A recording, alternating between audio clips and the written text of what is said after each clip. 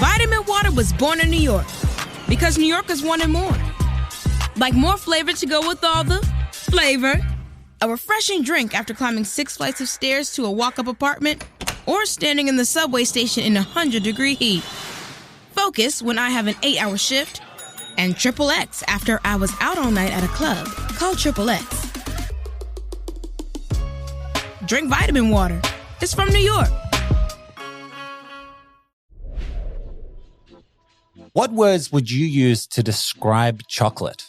Maybe creamy, white, dark or smooth? Look, I bet you didn't say sour cream or lychee or smoked wood or rose. We speak about specialty coffee every week on this podcast, but today it's all about chocolate. Not the chocolate you know. This is specialty grade chocolate from Mörk, the specialty hot chocolate business founded by the amazing husband and wife team, Kiril and Josefin. Since 2012, they've been redefining drinking chocolate, taking it from a backseat kind of drink all the way to a Melbourne staple. So what is the secret to their sweet success? Well, actually, hilarious, it's coffee. With a background in specialty coffee, Kiril brought his knowledge of Melbourne's vibrant cafe culture to chocolate. Add to that, Josephin's extensive experience as a chocolatier in Sweden. It's no wonder that Mörk has just taken over. They now have 5 locations across the city and supply hundreds of cafes with their amazing chocolate. And now they've been crowned Melbourne's 2024 Small Business of the Year. Kiril and Josefin join us to talk about the origins of Mörk, the importance of cacao traceability, and the very real cacao crisis that's currently unfolding. We'll also explore the wider side of this, getting their takes on Dubai chocolate and everything to do with chocolate. Don't go anywhere. We're going to have a quick word from one of our sponsors, Apax Lab. Elevate your coffee experience with Apax Lab mineral concentrates. Apax Lab's precision-engineered formulas, including tonic, jam, and lilac, are designed to enhance the coffee's natural flavors. Not going to change it, it's just going to enhance it. It's going to bring out the vibrant acidity, the rich sweetness, or if you use lilac, it might bring out those delicate floral notes that you've been looking for. Trusted by world-class cafes and even barista champions, Apax Lab helps you unlock your coffee's full potential. Discover more at apaxlab.com. Wait, where was that again, Sonam? The internet. Oh, okay. Thought he was going to say the website. Thanks. Today's episode is brought to you by our amazing sponsors at Eco Barista. The reason I sound like this is because they got massages at our stand at Mice, and so I'm getting a massage while recording this message for you. They're the best sponsor of the pod that we could have had. They have the best eco products. This probably sounds really pornographic, but it's not. I'm just getting a massage. They have the best eco-friendly coffee products. They got coffee bags that you can design yourself. They got cups. They got iced coffee cups. They got everything you need. So make sure to support them because they support us. Head to ecobarista.com.au and get 15% off your first purchase when you sign up. Oh, mama, that's good. Welcome back to another episode of It's Just Coffee. I'm Sonam Sherburne. I'm Liam Conroy. And It's Just Coffee! For everyone listening, Liam made us do that. It's good energy. I like that. Great energy. Well, welcome, Kiril and Josefhin. First things first, what are your coffee orders? I'll start with you, Josefhin. Ooh, I'm known to order a magic. Classic, all Classic, class. old school. Probably shows what generation I am. I pulled up Nathan Tolman last week because he used to drink a soy magic. And I was like, that indexes you even further when it's the soy milk. What's your milk of choice? I drink dairy. Dairy? That's who I am. Yeah, fair enough. I respect that too. I'm a dairy over any other milk. How about yourself, Kiril? No, double espresso for me or a long black. I'm a black coffee drinker or even a filter coffee. I can't really narrow it down. Well, I did hear you say earlier prior to us getting on camera that you do love an AeroPress though. I do love an AeroPress. Back in the day, I've been making a lot of AeroPresses in my life. So, yeah, it is my go-to in the morning for sure. Every morning we make an AeroPress at home. And you guys don't play around. You got the XL, yeah? Yeah, man, we don't play around. You know what I love about the AeroPress? I love the texture of the coffee. I find it such a unique texture in terms of like when it's on your tongue. And we don't have to go too far into this because it's obviously it's an audio medium. But yeah, I love that. So let's obviously talk about Mörk today. Let's talk about your business journey. Let's talk about coffee. Let's talk about how coffee and chocolate married together. then let's talk about where cacao is and where cacao is going and also where you're going. And we'll sprinkle a couple of other things on top. So you've said that Mörk has followed a similar path to that of a specialty coffee roastery. Can you explain what that means and how this model has set you apart from other chocolate makers? Well, yeah, we wouldn't be where we are without the specialty coffee industry, especially, starting out in Melbourne. If we take you back, to 2012, when we started this business, specialty coffee was, so vibrant and developing so quickly.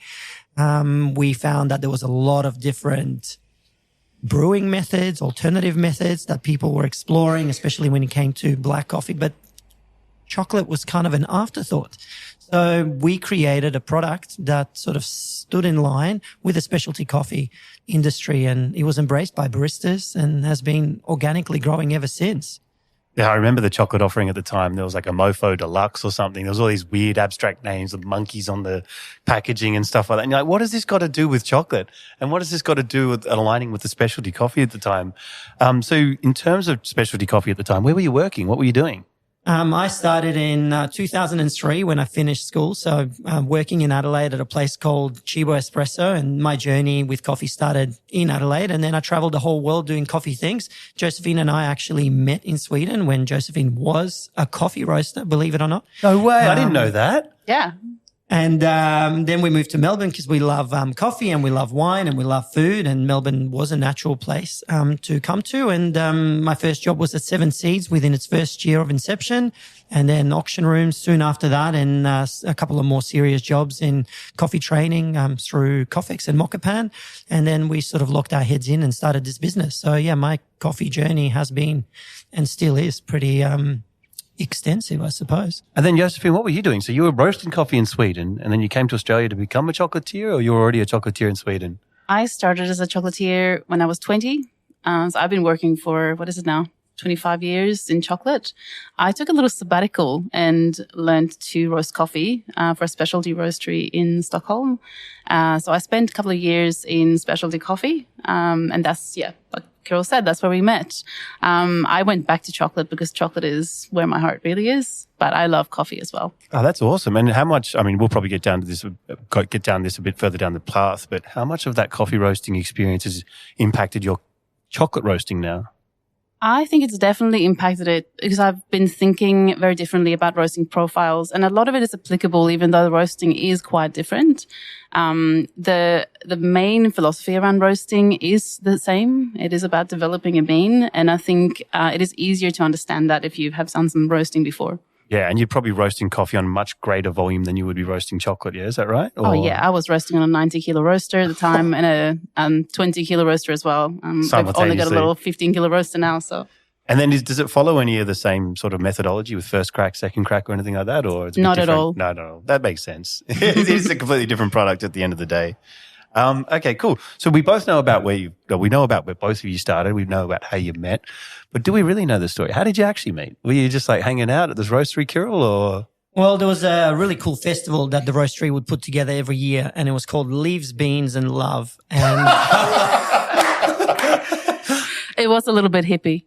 It was very hippie, and they had all the producers, fly down for it, and they sort of mixed in leaves, tea leaves and coffee together in this festival. And that's where I saw Josephine for the first time. And she was actually tempering chocolate by hand just to give people a bit of an understanding of what tempering was and what chocolate was.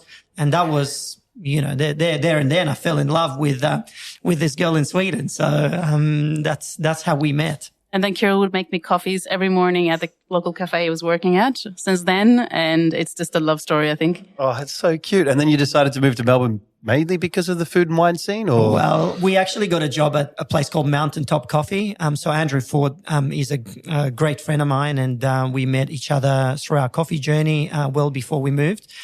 So we came down to do a full harvest season with Mountaintop Coffee. For those who don't know, it's in Nimbin. So we got to live in Nimbin for about 10 weeks, which is an incredible experience. We actually became some sort of locals in Nimbin, which is an interesting, and a story for another day maybe. But that's how we came to Australia, and we did the coffee pass there. And so Kiril ran you ran the wet coffee processing, and I ran the cupping, the roasting at Mountaintop. So it was So pretty you've always interesting. had like an exhibitionist flair to you. So you're obviously, you can do all these different things out in public. You're tempering chocolate in front of people, which is a great skill.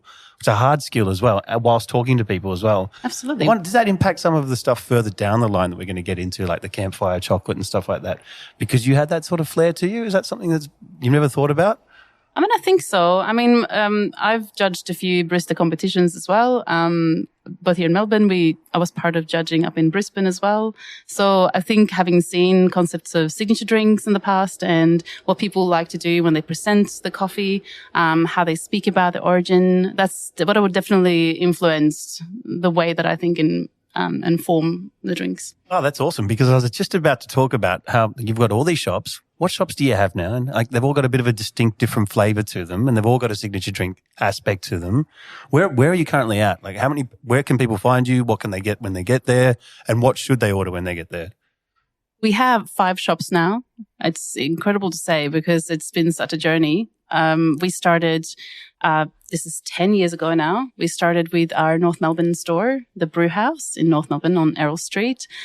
We began there because of wanting to create a platform for just experimenting with signature drinks, wanting to take the drinking chocolate to the next level.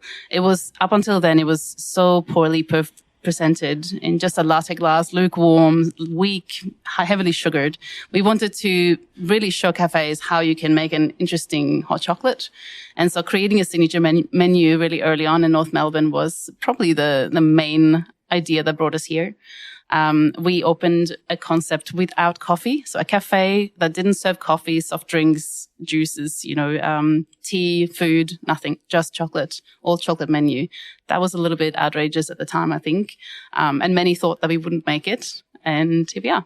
I remember people being told to go across the road to auction rooms if they wanted a coffee as well. Absolutely. We sent so many people away. Just go there. We're here for the chocolate. So you've also got the city shop. You've got the elevator, which is it the smallest chocolate shop in the world? Are we just taking claim to that? Or? Unofficially crowned, yes. I love unofficially crowned. That's my favorite. Tell me more about it.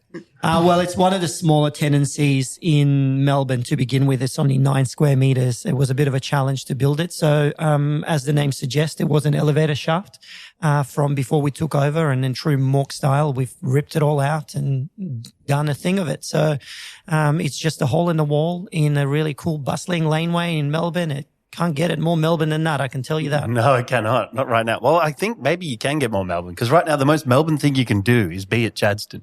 And you guys have gone to Chadstone and you put a concept store there. What was that like? Chadstone was a monster to set up. It is a concept store, and we've really taken it to the next sort of layer of signature drink menu, design, function, storytelling. All of that is really key in Chadstone. And so opening in Chadstone was a decision that I think surprised some people. We've always been in these niche locations, small stores, very boutique, very few seats, very niche little experience of standing up or sitting down to drink a hot chocolate. For us, Chadstone was a much bigger avenue, but it's also an opportunity to really connect with people from outside of the CBD as well. There's a different journey in that. There's different conversations. And I think I expected it to be a little more, I don't want to say it, but a little bit more basic of knowledge and interest. We've actually been so surprised at how interested, how excited people are about learning about bean-to-bar chocolate, about specialty grade chocolate. So this story is all about storytelling. It's about showcasing the journey we've had so far, how we got here, after, the first 4 stores, opening a chocolate factory in North Melbourne as well. That is a major step in the journey as well. Coming to the point where we're opening to the public in Chadstone was giant. I suppose you've got to raise the bar a bit, because your concentration of the highest performing, players in Melbourne and Australia and even the world, they're all present in Chadstone. Was that something that implicated any of your decisions as well? Like, you've got Starbucks, you've got everyone there. Yeah, I guess the precinct is quite unique. It's called the Market Pavilion. And what they've tried to do there is create a bit of a community and put in boutique retailers into that particular precinct. So they've got really cool bakery, Little Sister, Goodwood's House, the Spice Shop is there, Hank's Bagels are there as well. And Ducali have a really cool cafe there as well. So it's all these sort of high street brands that are all in this precinct, and we feel the alignment with all of them. So that's why we've made that decision. And because I'm a business operations kind of pig, if you were going to open now and you had the choice between the city or Chadstone, so let's say you had nothing open, if you could open either Chadstone or city, which one would you pick? What's the current state of affairs right now?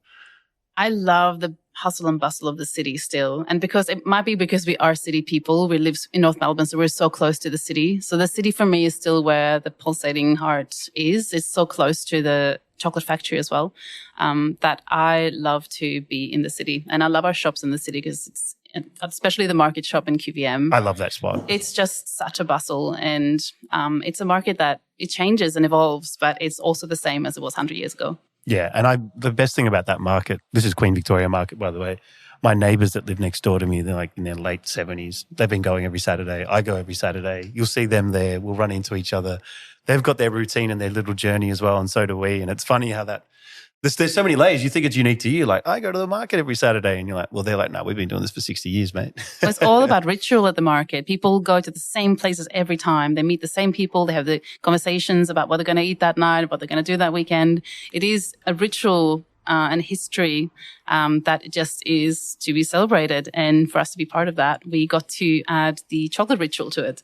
We got to add the culture of drinking chocolate, the culture of making chocolate and talking about chocolate and eating chocolate properly and tasting it properly. So for us, that was a magical moment. I think you asked before, like, what did it feel like to open in the market? And for us, it felt magical. It was such a special time. And to get a corner spot on the entry from that Elizabeth Street side? Pretty lucky. That's a ripping spot. I mean, don't get me wrong, the Market Lane spot's pretty good, but it's like that faces onto the fish market end and it's got a little bit of bleed where you are. So that's the one. I love that we each got a corner though. Market Lane over there, we're on the other corner. We each get to. And you got to remember too, we don't do coffee, so we don't step on each other's toes. And they don't do chocolate, so they just send everyone to us, and we send everyone that wants a coffee to them. Could you eventually Market Lane it and just have like 6 shops at the Vic Market? I'm not sure. I'm like, how did you fit 3 in there in the market? It's amazing, isn't it? If we did, it would show that people need chocolate that badly. So that would be a great step forward for chocolate. So I'm just going to explore a bit more about chocolate with you, Josefin, about obviously you're Swedish, and you know there's a lot of Swedish things or Swedish skews on the offering at Mörk with the buns and stuff like that. How many flavors and techniques and part of your history is actually in the Mörk offering from your Swedish upbringing? The Swedish upbringing always has a little voice or a little whisper in the menu, I'd say. One of the main things would be the spices, because we've taken our cardamom and cinnamon from what is a really strong baking tradition with cardamom in Sweden. That's in our baking range. But also I've made drinks with cardamom that it just makes my heart swell, I think. I think the spices, definitely. The actual pure form of chocolate is inspired by the Swedish sort of tradition of drinking darker chocolate, eating darker chocolate. We like a healthier style of eating chocolate. We don't eat as much milk chocolate in Sweden as I'd think over here. We don't have strong traditions like the Belgians or the French in how the techniques need to be. We're a lot more free thinking. So we are, creatives in Sweden, I'd say. We have, a shorter history with chocolate, a bit more freedom to change and form. And here I took the approach in Australia when we created the Australian natives drinking chocolate to really form that around the Australian culture. So really build a drinking chocolate that was to be the personality of Australia, and really influenced by the botanicals, the landscape of Australia. So we serve it in a beautiful gum nut shaped cup that has the red soil on the outside.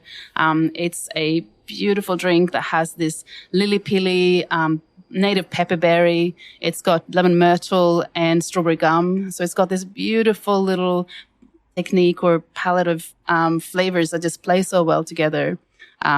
Just really, really special. And then how do you see the difference between the Australian and the Swedish chocolate culture, whether it's the making or the consumption? Like, you would have obviously have a better insight to than we do, but what are those sort of disparities? I think Australian chocolate culture up until 10 years ago has been really influenced by American tradition and maybe British as well. Just really eating and drinking very sweet chocolate. There has been a little bit of luxury chocolate coming through from Europe. So European style chocolates that are meant to be a bit fancier, but actually are done or executed in a way that it's just kind of rich and heavy and very heavily sugared still, that it doesn't really say specialty enough. So taking a new approach where we speak about it and we focus on the origin, the pure flavors, highlighting the flavors of the beans. This is, I think, speaks more to what Australians love, or at least Melburnians love, because that's what we love in coffee. So I think that's actually a very strong Australian style. So what role do you play in educating versus just supplying the actual outcome? I think we do both. I think when we started, Kiril did a great job in speaking with baristas about this exact thing. And he did so well just connecting, because baristas before that were not interested in drinking chocolate at all. And then when Kiril started talking about it and really connecting to these points and tasting it together, I think it's the first time baristas even thought it was interesting to serve something like that. And they started drinking it. And that's how we spread the good word. Look, I remember I used to have coffee shops back when you guys were coming up, and I remember Kiril like bringing in all the different chocolates and stuff. And it was always like my bias was towards the dark chocolate. It was my favorite drinking chocolate. The red label, that was the one, yeah? And then like you'd put it in your cafe and everybody wanted the slightly sweeter one. You're just like, every time they'd order it, because you were educated, you're like, why won't you learn? Why are you so dumb? It takes time to train the palate to enjoy the more sophisticated or more complex flavors of chocolate, just like with coffee. And for a lot of people that didn't grow up with coffee, that is just as difficult. I mean, a lot of Asian countries didn't grow up drinking coffee necessarily naturally. And so coming to Melbourne and finding that the coffee culture here is so strong, you've either gone to really loving it, and some of the best cafes now are run by beautiful, it's a beautiful Korean or Japanese concepts. While there's a lot of people that never got used to drinking coffee and they went to chocolate instead. And so we provided this drink, this alternative to coffee for a lot of people as well. A very sophisticated alternative as well. It's not just like you're saying, here's the sweet one, cop that. Here's some marshmallows on the side. Here's some dusting. That's all you get. Exactly. No. So you do then have lots of offerings at all your shops. Could you talk us through some of those? Obviously, there's the campfire hot chocolate. We spoke of that briefly before, and most people will be pretty educated about that. The most interesting thing that I just found out about it is it actually takes 3 days to make the marshmallow for that. Good God. That is amazing. That is such dedication to you guys. I'd love to hear more about all your unique drinks and any sort of special formulas you're working on as well. At the moment, I mean, we've done so many signatures over the years, and they've always been about playing with texture, playing with intensity and contrast, whether it is in adding textures to the pure chocolate, or whether it is presenting a soda that is a sparkling form of chocolate. There's really surprising for people who think that drinking chocolate needs to be made based with milk. I think some of the more later inventions have been, the layered chocolate is beautiful. It's one of the drinks that we do, which is topped with a twice cooked crema catalana. It's a custard that's been caramelized in the oven and made beautifully silky. We aerate it and pipe it on top of hot chocolate, and then we sprinkle a little bit of green aniseed, orange sugar on top. That's just a stunning drink. It's somewhere in between a drink and a dessert. But we also make things like cacao cola and cacao tea. Cacao cola is one of those things that has come from the need of using and repurposing the husk, the shell of the cacao bean. We broke apart a few beans here before, and there's just 30% of the bean is just shell. And just like in coffee, we're always looking for ways to give that new life and reduce our own wastage or our own waste. So the husk actually has so much flavor still in it. And so when we turn it into a tea or a signature drink like a cacao cola, we just give it new life. And with the cola, it is literally a delicious, sparkling, tangy cola, but it's made with waste, and it's just amazing. It's an absolute win. And I think what you've just said there highlights the fact that it's very reductive to refer to you guys as chocolatiers. You're obviously everything, you're pastry chefs, you're making marshmallows, so you're patisseries as well to a certain degree, or you're sugar people. Like you do absolutely everything. Chocolate people. You didn't know you're not. Like you're doing buns, you're doing pastries, you're doing marshmallows for 3 days, you're coming up with drinks, and you're talking about intensity versus and contrasting that. You're mixologists as well. It's amazing to see. And I think maybe we don't give you guys enough credit as being, some of the founders of the signature drink origins. I think we're just always driven by flavor. We're just always searching for flavor experiences. And if it's exciting to us, it's got to be exciting to someone else. Yeah, We don't really think so much about what other people want to see. It's more about what do we want to see next? We have done all of this now. What's next? What's the new? What's a new idea? Where do you get your new ideas? Or are you looking towards people, or are you looking towards other industries? Is there something that's driving that? I mean, I think Kiril and I probably think quite differently. I think about chocolate all the time. So for me, I think I live, I breathe, I dream about chocolate. So I am constantly thinking up new things, often late at night, like at 11 or 12 o'clock at night, I come up with new things. Or when we're building a shop and we'll be in the middle of like setting up the furniture and, setting up the bar, and I'll be like, I have this great idea. Can we make it happen in 46 hours? And it usually comes with stress. But it is also a great time to smash things out, I think. So it's like a pseudo flow state that you kind of enter, and all of a sudden the clarity comes through. Absolutely. But I also tend to go to our chocolate factory on Saturdays when it's quiet, all the machinery is still, all the people are, that are working there Monday to Friday are gone, and I just get a free space to just play, and that's when I do my best thinking. Oh man, that's so magical, and that's your little happy space that you get into. Absolutely. How often does Kiril let you go there? Oh, look, quite often I'll be with two kids, so I'm busy enough. So yeah, Josephine's, it's every Saturday. Every Saturday? Oh, that's awesome. So you're probably doing kids at sports and stuff like that. They go to Swedish school, and I keep them entertained. Where's Swedish school? It's in Turak. So by the time you get there, it's 40 minutes, and coming back to North Melbourne is not exactly fun. So often I'll go for a run or go sit at Market Lane and have a coffee and, do some work or whatever while Josephine's in her creative space. Do you guys take part in the Christmas market that they do every year there? They stopped doing that, unfortunately. No. It's volunteer ran, and there's a lot of people that get involved to execute a big market like that. But yes, we did. Traditionally, we have been involved every year, yeah. It's over now. It's over. Wow. They still have like a market, but it's inside. It's a couple of trestle tables. Yeah. It's community ran still, but it's a lot more manageable with the resources that they've got, I suppose. Man, that's sad.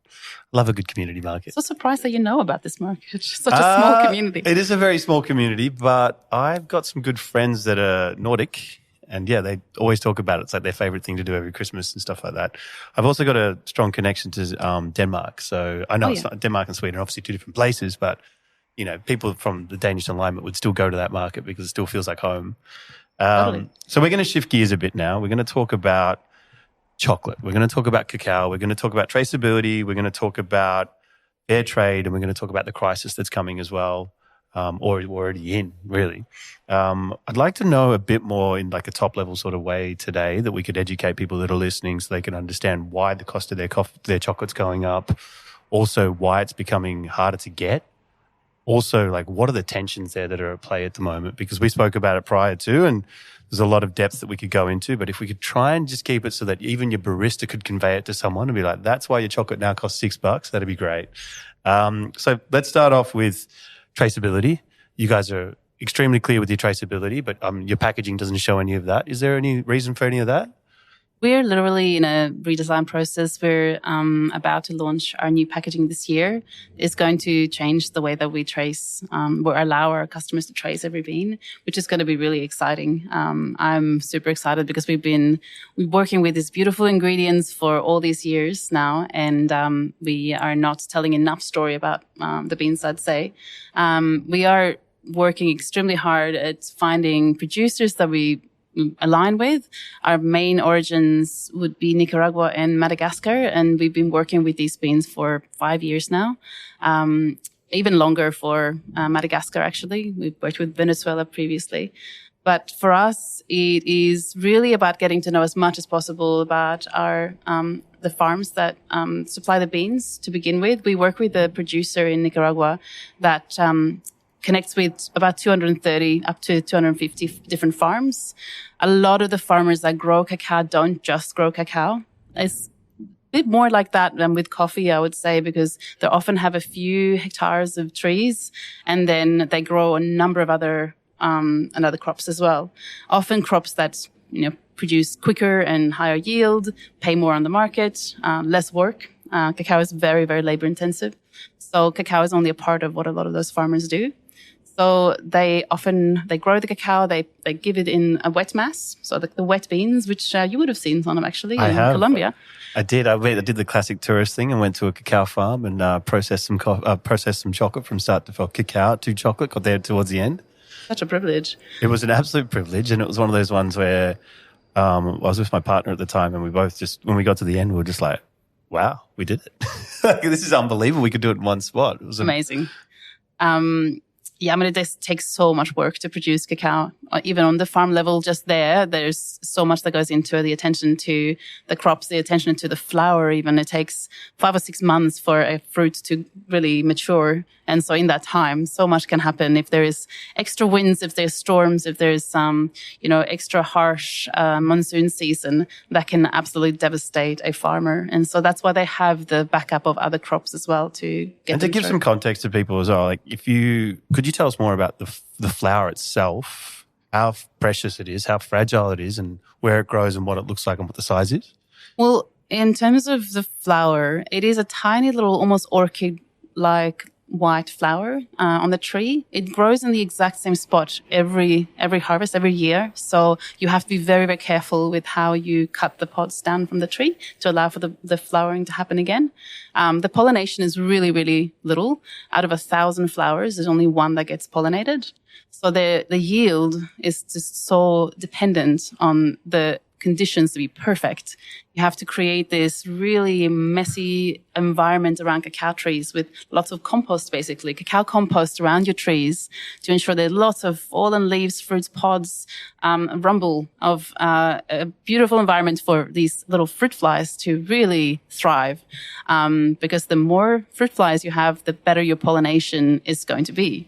So you create this environment. You have to cut your trees down quite heavily as well to be able to not only look after the pod from inception, but also to cut down the fruits in a really precise way, so you allow for that flowering to happen again.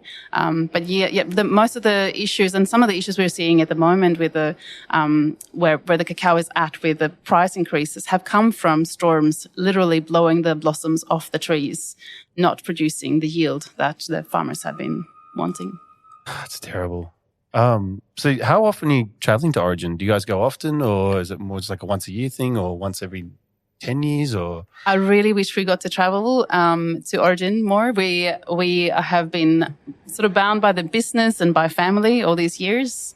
But I'm planning a trip this year up to Queensland, actually, where we have cacao farms as well. I don't know if that's widely known that we grow cacao in Australia. It is very not a commercial size, but it is interesting, and it's a little tourism industry up in Queensland. Yeah, it's probably something similar to what I did in Colombia. You go in, stay next to the farm, and I would say go through the process. Yeah, the Daintree is really growing cacao. Just speaking on that, there's also with cacao, there's a lot of different certifications that surround it. The same thing happens with coffee. You've got fair trade, you've got organic, you've got all these rainforest alliances. You're not immune to that either. Could you explain why you guys don't really talk about it too much?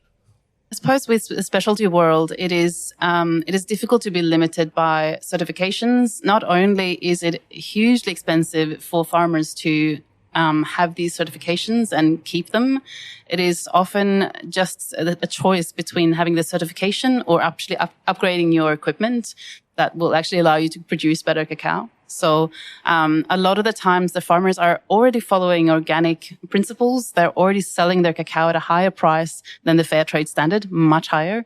It is just literally a matter of having to pay enormous fees year after year for something that is sold to a certain type of customer, because the specialty grade cacao is very similar to the specialty grade coffee, where there are already people in the specialty world that are willing to pay a much higher price, that don't care so much for the certification, as long as they know the alignment of their ethical values of organic and sustainability in all their processes, knowing that there is not pesticides added to the cacao.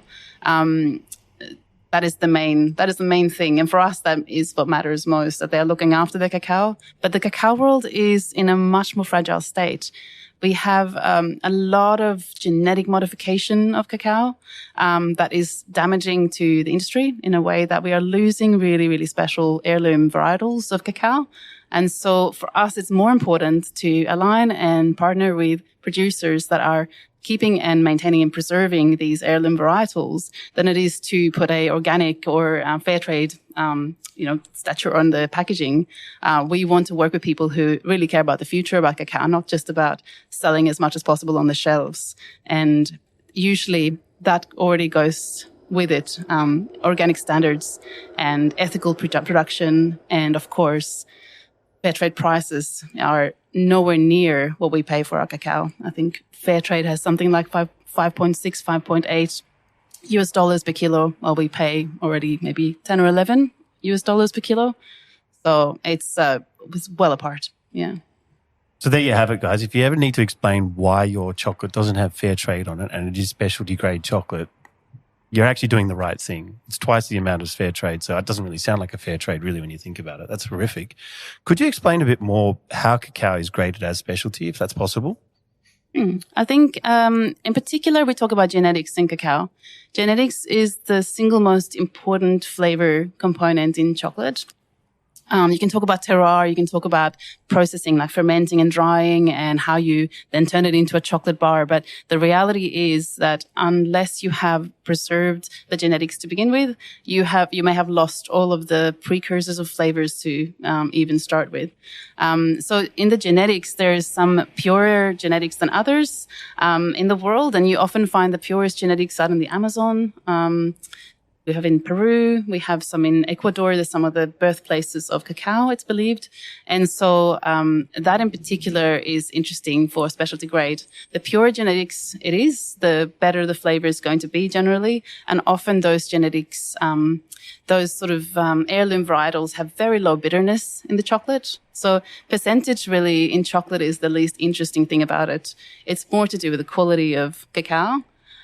So specialty grade will present itself. Often they make a chocolate bar that is a certain percentage, could be 100%, or they often judge 100% sort of cacao mass or cacao liquor in these forms and in these tastings. Or they present a 70% dark chocolate and they present it in a form that is fair to taste with. Of course, it is difficult to taste a lot of chocolate. And I know people who judge these competitions who are so challenged by the fact that they have to eat so much chocolate in one go.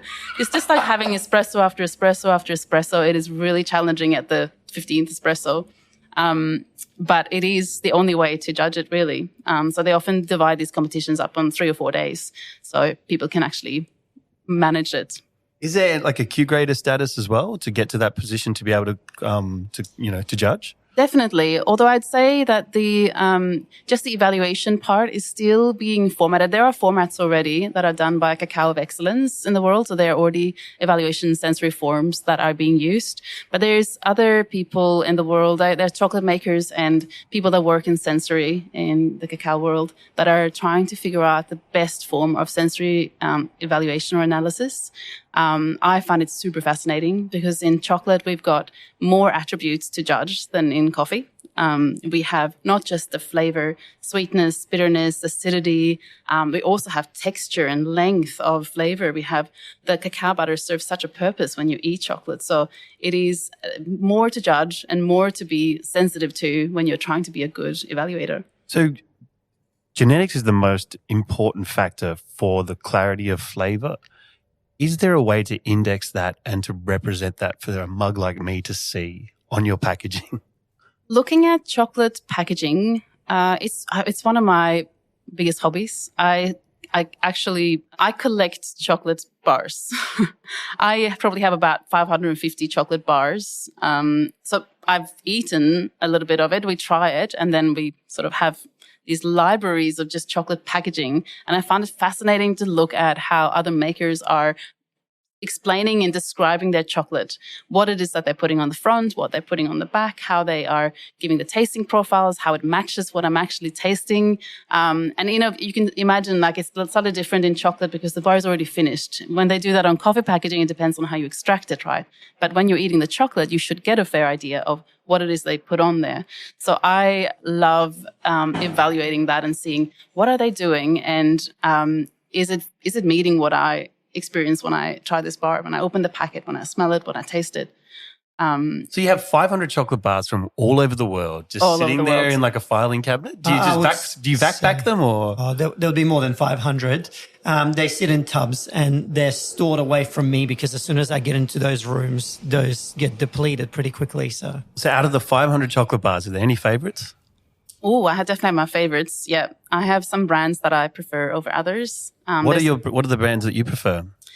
I love a brand called Dictator. It's from the US. It's one of my favorites. Soma Chocolate in Canada is another specialty brand that I absolutely adore. There is a really cool chocolate brand in Lithuania called Naive Chocolate. They're really experimental and really like wild. Great name too. Naive is... Those are probably my favorites, but I also have a few upcoming New Zealand chocolate makers that I really enjoy eating at the moment. I have a place called Foundry that is really, really good. They're coming to the Bean to Bar Festival this year. We have a Bean to Bar Chocolate Festival. Did you know? You guys run it? No, we don't run it. We take part of it, but it's in Williamstown in July. Oh, wow. All right. Count me in. I'm up for that. That sounds like an amazing time. I also want to jump in and just say, like, just before we recorded this pod, I was lucky enough to try the 100% bar that you guys brought in. And for any of our listeners, the shock that I had in the complexity of flavors that come from it, I think like the idea of what chocolate tastes like, people have a general idea and it's from white to milk to dark. And you're like, cool, bitter, midway, sweet. It's like very rudimentary. And the level of flavors that came out of that 100% is actually out of this world. I think like to have that experience and to actually go into it with a far bigger expectation is so important and is insane. Like it was such an incredible thing. So to talk about these things from like all different parts of the thing, it's not, we're talking about like different bars, like Snickers and different stuff like that. It's like, it's the additive things. No, the chocolate alone is every color, every shade of flavor that you could think of. I had like the banana flavors, tropical flavors, acidic notes. Like it is incredible. I just wanted to like kind of yell about that. It's like, we're not talking about just chocolate and what you think chocolate could be. This is like another level.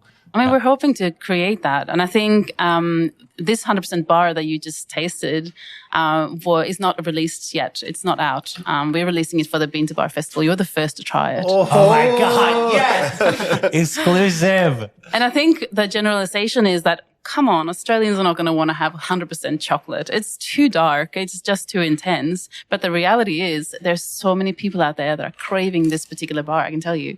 And I think when we release it, it's going to be a very nerdy little, a clique that's gonna go for it, but they're going to buy all my stock. I know it because it's just, 100% is so rare to come across in a chocolate bar.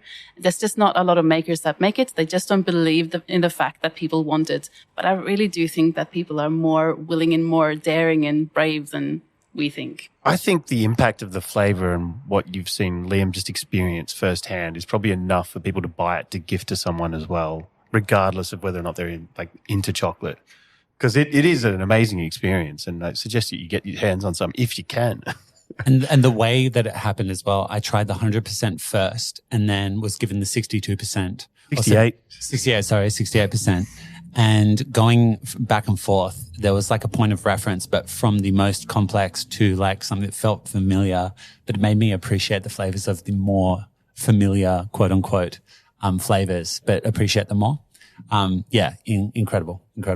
And unfortunately, we have to talk about the cacao crisis because, here in the coffee world, we've seen our prices jump twofold in the green space. And then there's also logistics, everything that you succumb to, climate change, all those sort of things. But you've seen a 300% uptick in what's happened.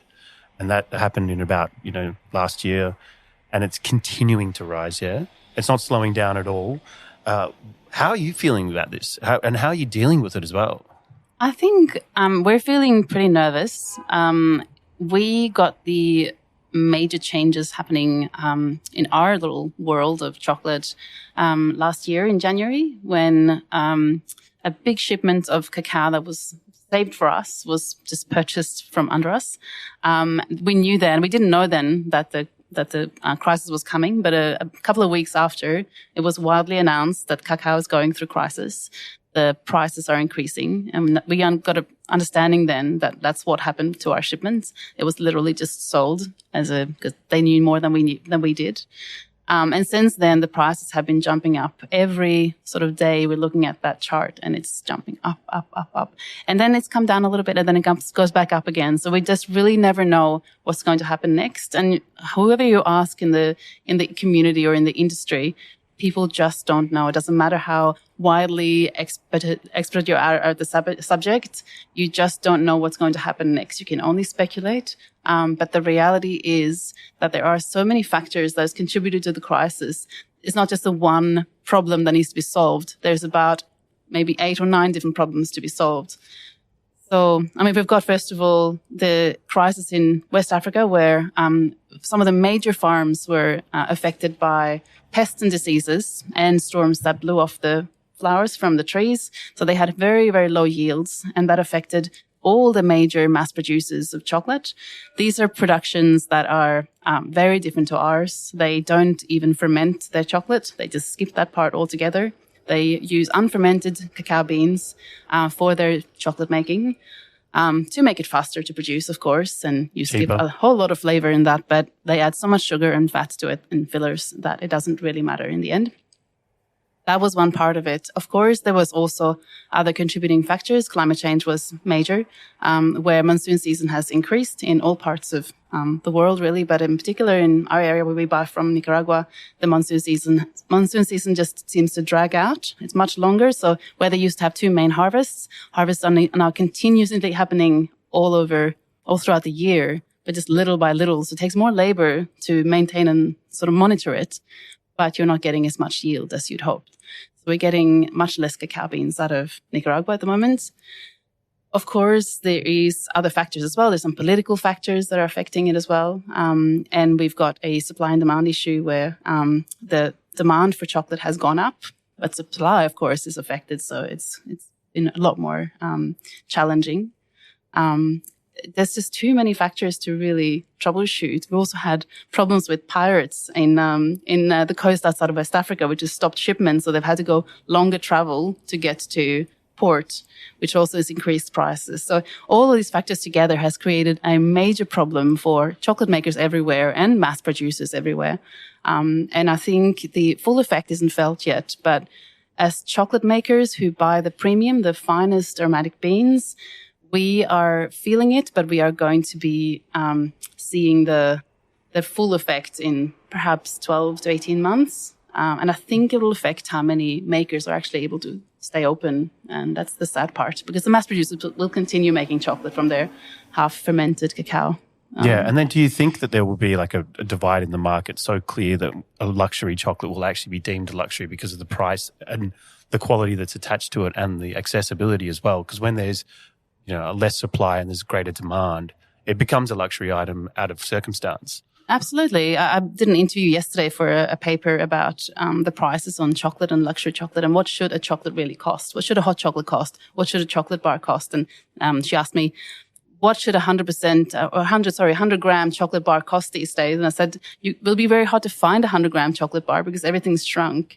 The 100-gram chocolate bar now is 80 grams or 65 grams or even 50 grams because the bars have just tried to stay at price but shrink in size. That is one of the major things that happened in terms of the price. Otherwise, for hot chocolate, it should be more expensive than coffee because we go through so many stages after even roasting to produce chocolate that the labor is maybe threefold or even more in chocolate. So coffee prices going up, cacao prices going up. It is becoming luxury for both areas, but in particular chocolate, because of the supply and demand issue, I think is going to be highly luxury. It's going to be the Dubais of the world are going to be having the pure chocolate bars and the pure chocolate makers where the money is. But really, it is going to be not an everyday item anymore.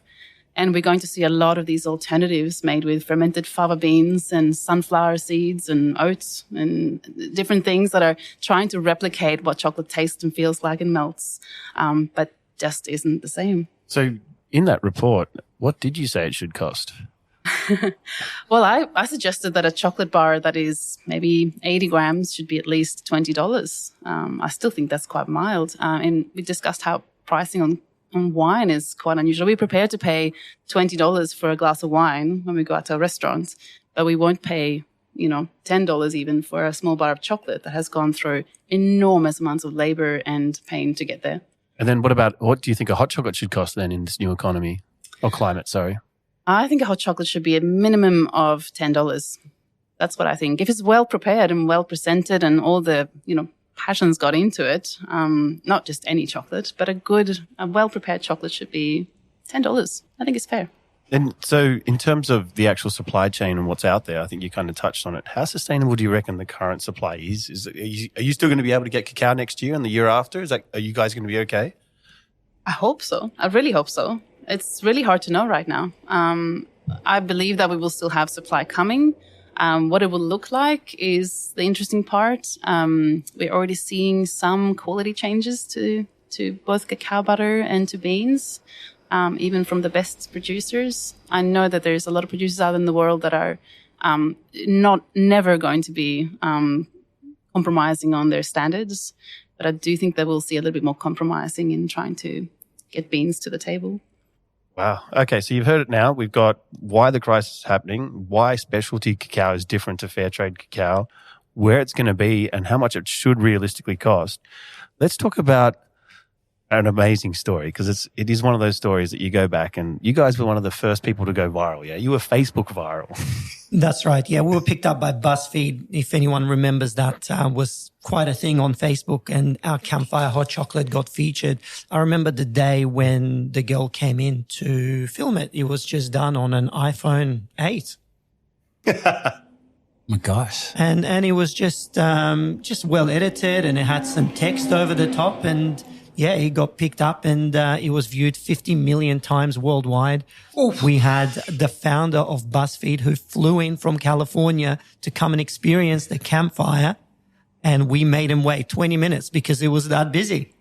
For those listening, what is the campfire hot chocolate? So campfire chocolate is an experienced drink. So we really wanted to put the customer in front of a campfire. So it's a sensual thing.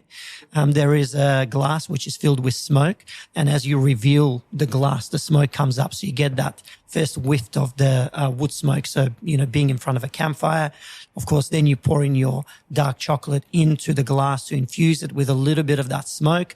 There's a little bit of charcoal salt, which gives it sort of a savory aspect. And of course, no campfire is complete without a marshmallow. So we've got a handmade toasted marshmallow that we serve with our drink as well. So there are a few elements there, and, the user or the customer gets to put it together. It is very interactive. It's very cool. And if you haven't had it, you have to. And you should probably go down to Chadstone for the latest iteration for it as well. You guys were saying you breathed new life into it. Yeah, we just sort of relooked at the format again, and we wanted to, we've celebrated 10 years with this drink and needed a little refresh. So we've kept the components the same, but we've shaped the format of it a little bit, making it exciting for us as well to present in a fresh way, and speaking a lot more about the storytelling behind it, the memories that created this drink. This was a nostalgic recreation of a childhood memory of mine. And so to bring that to the table and to see that people actually reacted to it and interacted with it, that was super exciting. I never expected it to be that prominent. And so with a lot of things where, people are trying to make drinks viral first, you guys are balancing what you've just said there, your tradition and your nostalgia with virality. How does that work across your whole product range? Well, it's an interesting one. We don't look at what everyone else is doing to recreate something similar to make it go viral on purpose. We just put out drinks that we genuinely enjoy. A lot of development goes into it, as Josephine said earlier. And when we put it out there, hopefully people will taste it, and the taste will be the determinant factor for it to be photographed, filmed, shared, enjoyed, etc. Yeah, and we can't talk viral without talking about Mr. Beast's Feastables. I'm kicking myself. I should have bought some, and I should have got you guys to try it on air live. Do you guys know much about that, what he's doing at the moment, or? I know a little bit. Yeah. It's definitely an interesting and very different concept to someone like compared us. to what you guys are doing. Yeah, it's like almost the polar opposite, really. Mm-hmm. There's some amazing background to that. We don't have to go too much into it, so it's all right. I don't know what to say about it, really. No, it's fine. It's fine. So what role does social media then play in your business? And, you guys have a lot of organic content that comes through other people posting your drinks that go viral, so you don't have to stress too much. We're lucky. I mean, we're placed really well. When you type in hot chocolate Melbourne, we seem to come up on top in Google. This is not by design. This is just something that's happened organically. So we seem to be on the radar for a lot of people that are seeking out a hot chocolate drink or a hot chocolate drink or product, as well as now the bean to bar chocolate. I think one of the differences with us, I suppose, we do make things that are attractive to look at and interact with, but it always has to be backed up by this incredible flavor.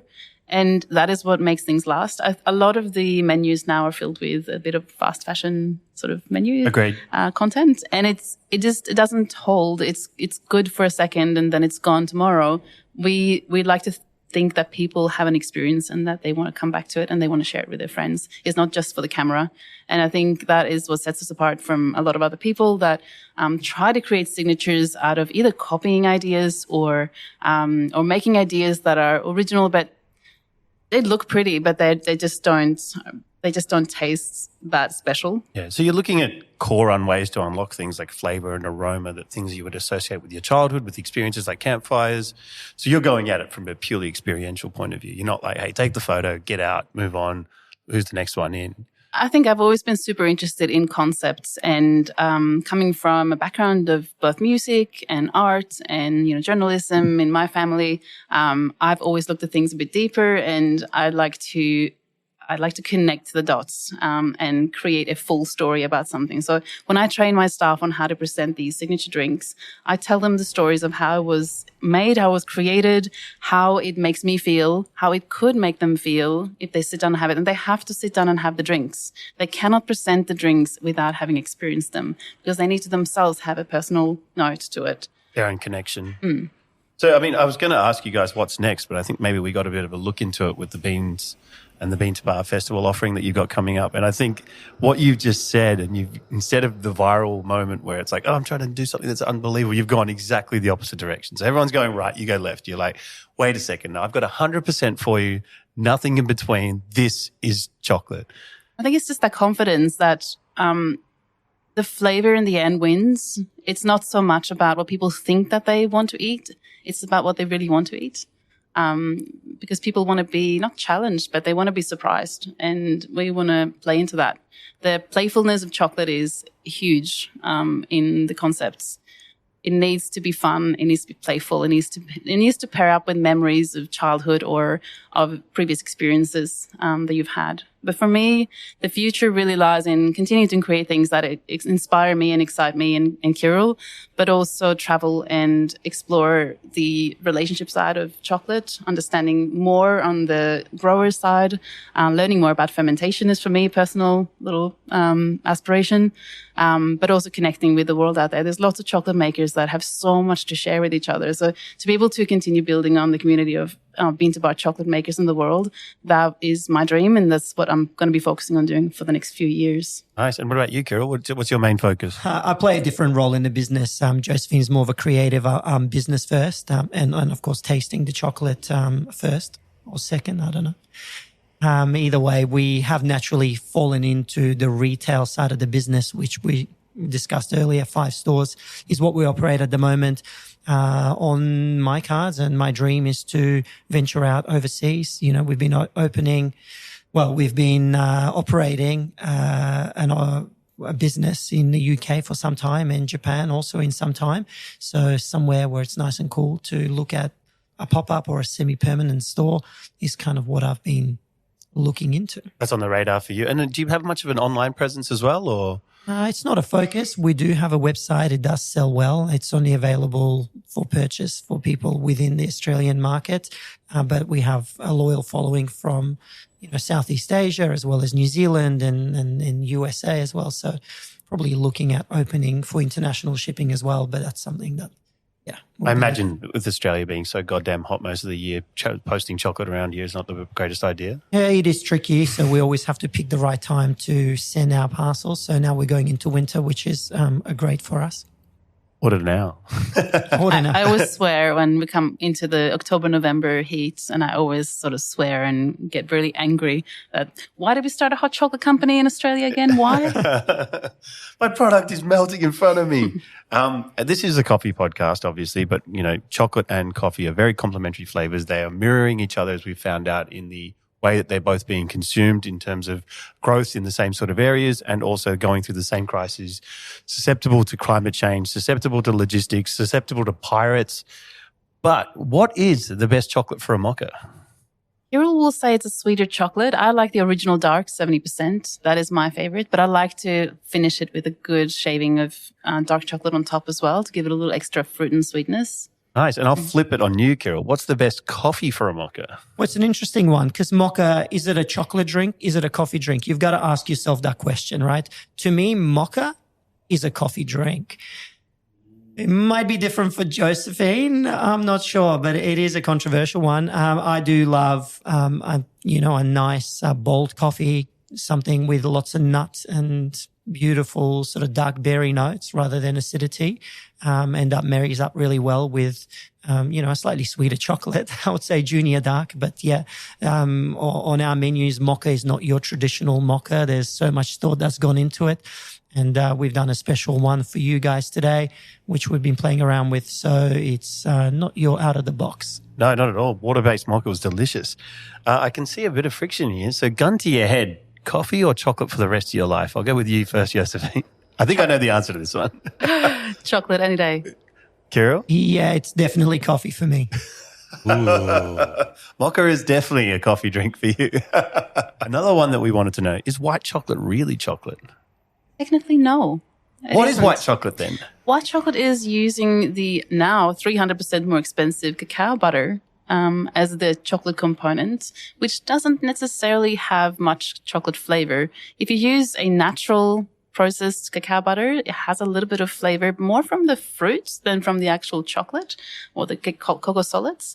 But if you use most of the time cacao butter that's used is deodorized or sort of stripped off its flavor, which means it's really just a oil. It's a fat. And so you add milk to it, you add sugar, sometimes vanilla, and that is what white chocolate is. It tastes like milk and sugar.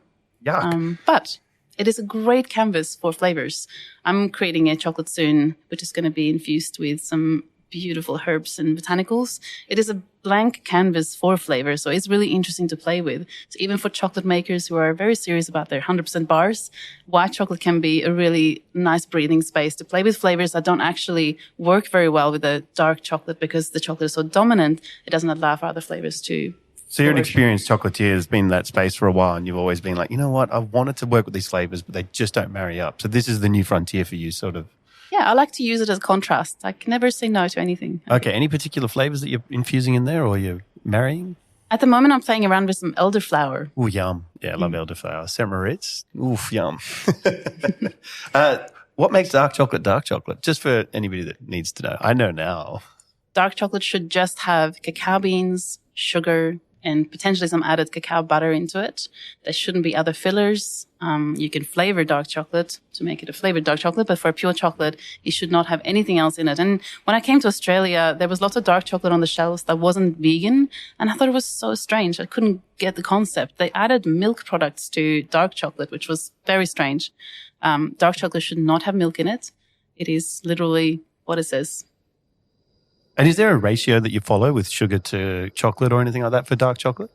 It really depends on the bean. A lot of people ask, like, well, why do you end up on 68% instead of 65% or 67%? That's really just in the end, in the final sort of profiling of the bars that we make or the chocolate that we make. we might adjust a tiny bit with the cacao butter or the intensity of the bean. We might just adjust it a slight touch. So it goes from 65 to 66 or 65 to 64, for example.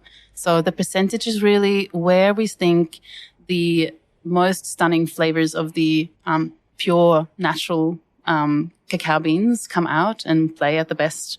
And that answer could not reflect your specialty ethos anymore, could it? That was perfect. So why are chocolate bars that shape? That's a weird one I've always wanted to know. I mean, I've seen all shapes of chocolate bars, really, but there are very few round chocolate bars. So my thought is that there's the coins, yeah? The gold coins? Yeah, of course. My kids love those. I used to love those as a kid too. I think the block of chocolate, I tend to think that has got something to do with like the block of gold, like the block of luxury. Because some of those like Willy Wonka bars from the movie, they look like blocks of gold, but are made in chocolate. So it comes back to like a sense of luxury, sense of expensive luxury that only few can afford. That's how chocolate started many, many centuries ago. And that's what it still is. It was always a noble treat ever since the Aztecs, long before our civilization. I tried my best to refrain from saying anything about Willy Wonka on this pod. I'm so glad you finally said it. What are your thoughts on this movie? The original. If you ask me about the two, the original is always going to be the best. Okay, so with the original, why is the grandpa all of a sudden jumping around like he's totally fine after being bedridden for so long? Must have been the piece of chocolate that he ate. It's got to be the chocolate. 101%, you know, get him through. Yeah. What did you think of the newest one with Timothy Chalamet? Was that all right? Or that was all right. Yeah, I like that better than Johnny Depp's. The Johnny Depp one was atrocious. I thought it was creepy. Yeah, it wasn't right. Yeah, so creepy. Yeah. I agree. And Hugh Grant as the evil Oompa Loompa. That was great. I really did enjoy that. No, I watched that. I enjoyed it. Would you align yourself more as a Willy Wonka style chocolatier than, like your purist, Swiss chocolatier? I think Willy Wonka, the movie, is so influential in so many ways because it's all these crazy ideas about these chocolate rivers and these things that weren't traditional when that movie came out. And I think that is more inspiring than looking at what the professional French or Swiss are doing with their chocolate. It's less about tradition. It's more about crazy ideas and taming them. Yeah, and universe building.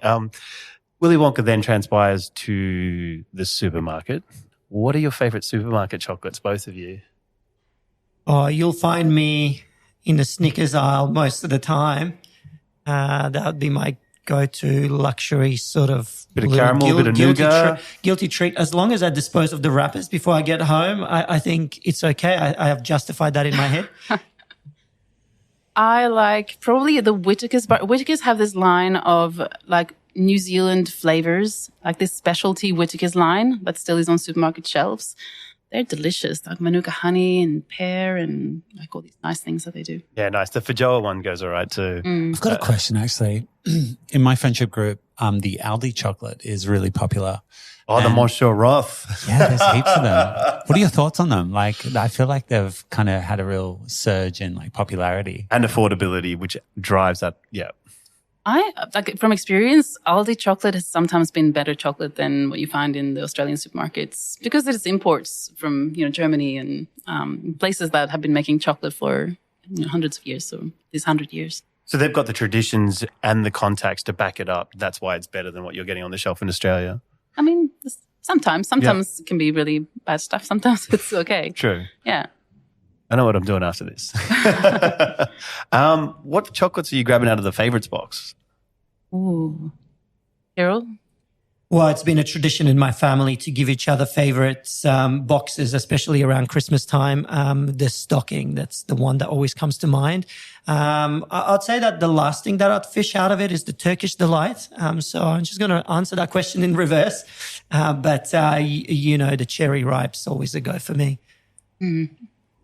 I think I have always struggled with the favorites box. I always want them to taste more than they do.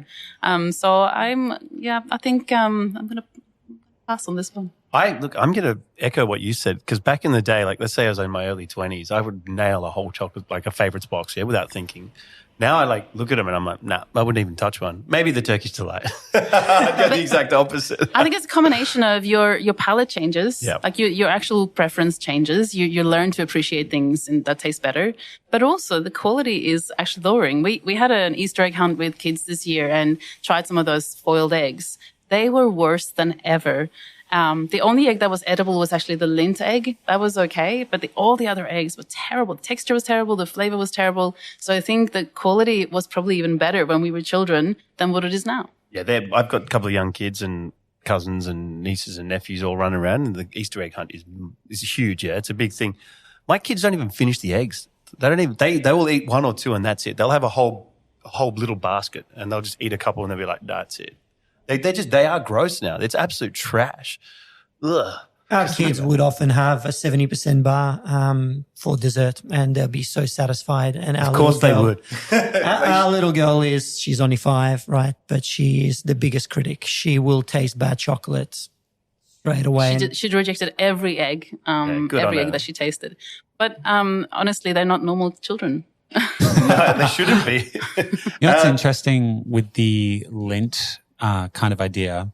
After this entire podcast and I guess learning about how much goes into the flavors of chocolate, for Lindt to put out a consistent product up against the ever-changing kind of seasons and everything, I think about it like wine now, just after your story with chocolate, how every single year and every single batch that comes out has a different flavor profile to it, to then process that to get a finished product that is exactly the same as you have a consistent experience. I almost is that good or bad? You would need to rely on everything else that you're putting in it to maintain that, Agreed. Yeah, it's crazy. Absolutely. And Lindt is probably one of those companies. They, Lindt, the Swiss invented conching, which is a big part of chocolate making. So they have, milk chocolate is the Swiss, it's a Swiss invention. So really? I would definitely say that they have nailed the milk chocolate field. And their milk chocolate still is ridiculously creamy and quite enjoyable. And year after year, that quality hasn't changed. A big part of that is probably that their milk is maybe the best in the world. They're Alpen cows. Yeah, that makes sense. But the cacao, I'd be really interested to see where they buy their beans from and what is done to the beans. Oh, that'd be a great YouTube series. Deep diving into where everyone gets their cacao from. Funnily enough, they're one of the buyers of these new invention chocolates that are made with fava beans and sunflower seeds. That makes sense. They're protecting their asset. They've got to make sure those Lindt bunnies are there every year for the rest of your life. Lindt bilbies, Lindt everything now. Well, I think that's probably about enough from us, Liam. What do you reckon?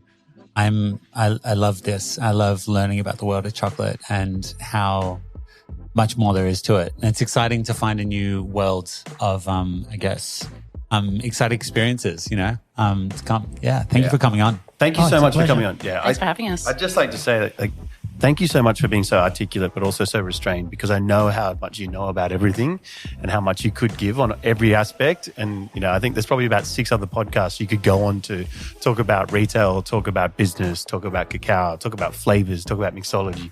You guys could do everything. So thank you for being so aware of just doing a top line for us and making sure that whoever's listening could get enough out of that and be like, all right, cool. I know why cacao costs more. I know why you guys are so good at it. And now I understand the thought process behind Josephin's creations and why they're steeped in history, steeped in nostalgia, steeped in aroma and flavor as well first. The campfire was a viral sensation because you wanted flavor first.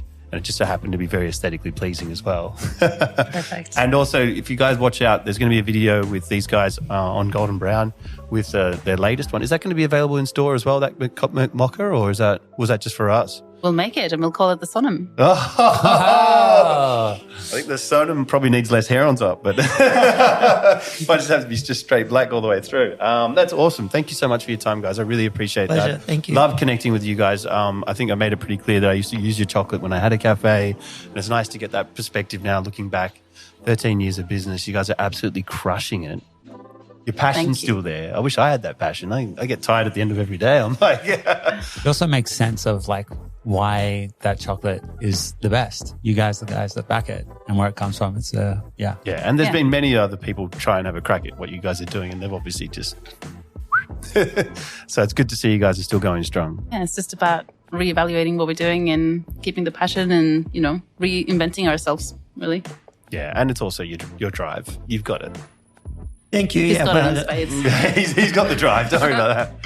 But thank you so much. Thank you so much for having us. Yeah. Cool. And then we'll see you guys. Are you guys ever in store much, or are you guys more just We're involved in every aspect of this business, from HR to being on the till, selling chocolate, and training staff, and so on. So you'll see us around. Cool. And could you just give us the details for the Bean to Bar Festival that people might be able to try this amazing chocolate at? Absolutely. It's called Australia Chocolate Fest. It's on the 5th and 6th of July out in Williamstown in the aquatic Maritime Museum. Yeah, that's an awesome spot. It's out on the pier there. It's a great spot. You look back and see the city. Yeah. And you know what? Like this year, it's organized by Ratio Cocoa. Ratio. That's awesome. Yeah. Debbie and a few other people. But it attracted some international players this year. We've got people coming from New Zealand, from Japan, from Indonesia. We've got people coming from all over to get to this little tiny second-year festival. It's very different from, say, MICE, but it is a pretty exciting place to be. You get to taste everything that's made in Australia pretty much on the bean to bar scene, and you get to meet the makers behind them, because no one really can afford to have other people running their stalls. We're all the makers behind the brands that are standing there selling our bars. So and no one can tell the story better than you guys. Exactly right. Totally. Yeah. All right. Well, as always, do we close off with the It's Just Coffee, Liam? Is that right? Yeah, well, just before that, look, if you want to get in touch with us, please email us at hello@itsjustcoffeepod.com, and we'll be back with you. And like always, I've been Liam Conroy. I've been Sodom Sherpa. And it's just coffee! Cacao! Cacao! Mom! Yeah. Yeah. Yeah, thanks, guys. Awesome. That was unreal. That was fun. You guys are unbelievable.